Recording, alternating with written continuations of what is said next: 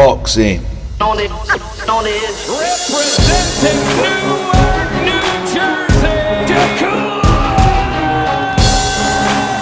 Stevenson from Mexico, Oscar Valdez.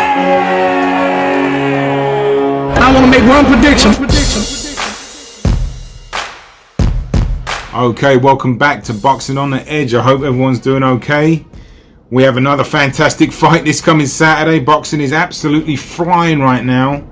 Oscar Valdez takes on Shakur Stevenson in the junior lightweight division. 2 belts are on the line. Oscar Valdez has the WBC belt. Shakur Stevenson the WBO belt. Both guys are undefeated. What a fight. Let's discuss.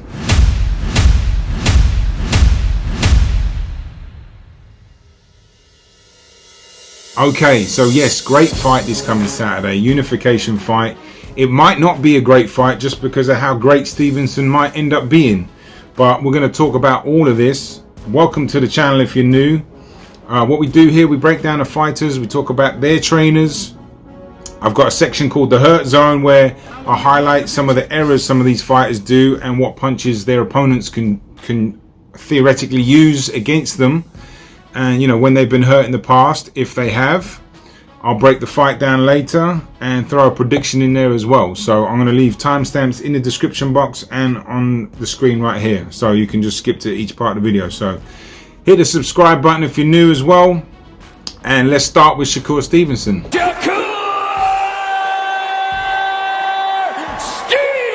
Okay, so yeah, Shakur Stevenson, future star, there's no two ways about that. He has got extreme talent. He's an elite boxer. He's got elite hands, elite IQ, elite footwork, elite defense. I'm not quite sure how you beat this guy, to be honest. Right now he's so good, and he's not even in his prime, and he's confidence is through the roof. He's got that high IQ, quick mind, sharp reflexes, just eyes like a hawk. And when you have that and you combine it with dedication and a good team around you, I want to say the sky's the limit. I don't like using the word limit because you can go beyond that, and he's going to go beyond that. And there's questions about him being a pay-per-view star because of his style, but he's going to beat everybody. He's going to beat everybody, and he's going to do it in fashion because his last performance against Jamel Herring, he's coming forward and he's putting himself in the mid-range and hitting and still not getting hit, which is an unbelievable thing to do in boxing. So I'm expecting him to do that against Valdez. I'll talk about that later in the fight breakdown. He is trained by his grandpa, who, when you have a fighter like Stevenson, you really don't have to do too much. It sort of reminds me of like when Floyd was trained by his nephew. Not his nephew, his uncle. And you know, like Roger Mayweather, just at that point when you got an oiled machine. I know Shakur's not there yet, I get that, I'm not saying that, I'm just saying when you have a talent that's so good, you don't want to try and mess around with it. Just make sure that they're okay, and just make sure they're doing the things they should be doing, and guide them. You know, these talents don't need much teaching at this point. You know, he's just wisdom beyond his years if you listen to him. So I think I forget the other guy's name, K Karoma, forgive me if I got that wrong, but I know they both train him, but his uncle, his grandpa is his main trainer. So yeah, Shakur Stevenson, unbelievable fighter. So I'm actually really excited to see how far he can go, because he could be, you know, the next Floyd Mayweather for sure. Anyway, moving on to Oscar Valdez. Great fighter, tenacious, hard-hitting, has the pedigree, Olympic background, undefeated, although let's put an asterisk behind that because the Conceição fight and the lead up to that was boxing at its finest, I guess, the dark side of boxing, because I don't think he won that fight, and he tested positive before that. So, but you know, listen, he's been a good asset to the sport, and he always comes to win, tries as hard as he can, and you know, he's always in entertaining fights. Whether this one will be entertaining, I don't know, because I don't think he's going to be able to hit Shakur Stevenson.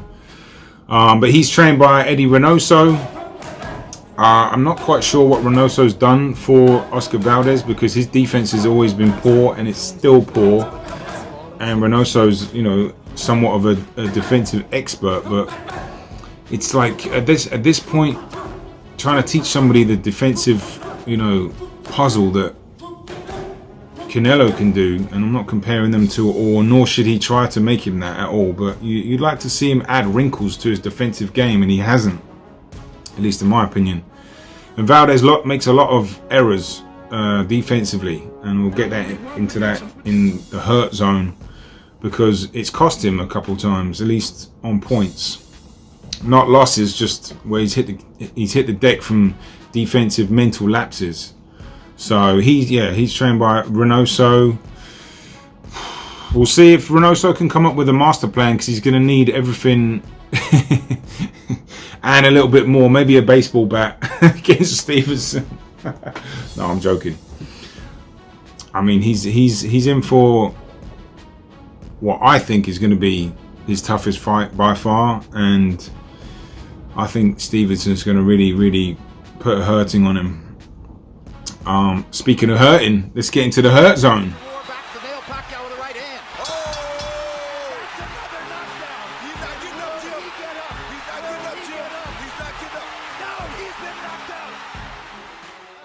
So yes, this is just a little section where I just highlight some mistakes that fighters make, or shots they've been caught with in the past and they've been dropped. And Valdez, I'm going to show you some tape right now. Both the times he's been dropped, he's been reckless, pulling out backwards with his hands dropped, not looking at the, you know, not really looking at his opponent, and he drops his hands an awful lot.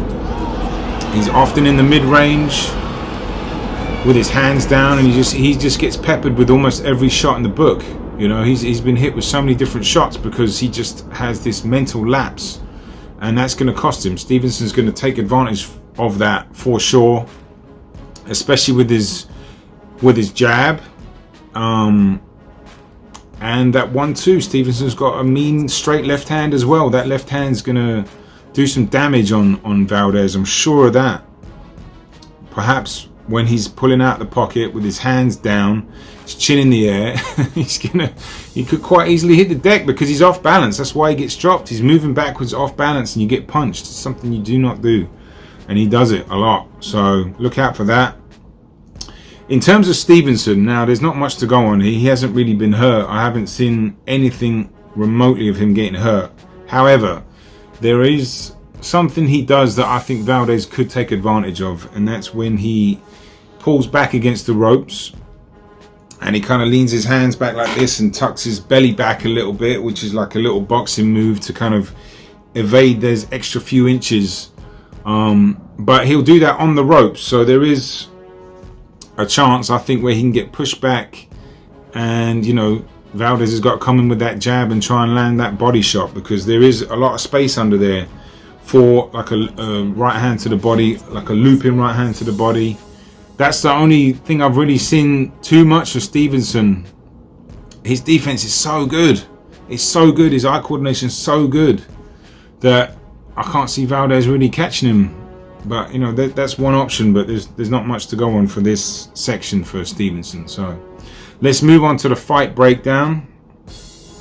Now, how do I see this fight playing out? I think obviously Valdez will likely come on the front foot, put a lot of pressure on. And one of the keys to victory, when Valdez throws his lead left hook, which is his favored punch, he likes to lead with these power shots, okay? Doesn't set too much up with his jab. He's, I guess you could say, somewhat impatient to throw that power. But what he does is, when you're throwing a lead left hook, you have to really throw a wider, you know, a short hook is on the inside, okay? But when you're throwing a lead left hook, it tends to have to be looped round, all right?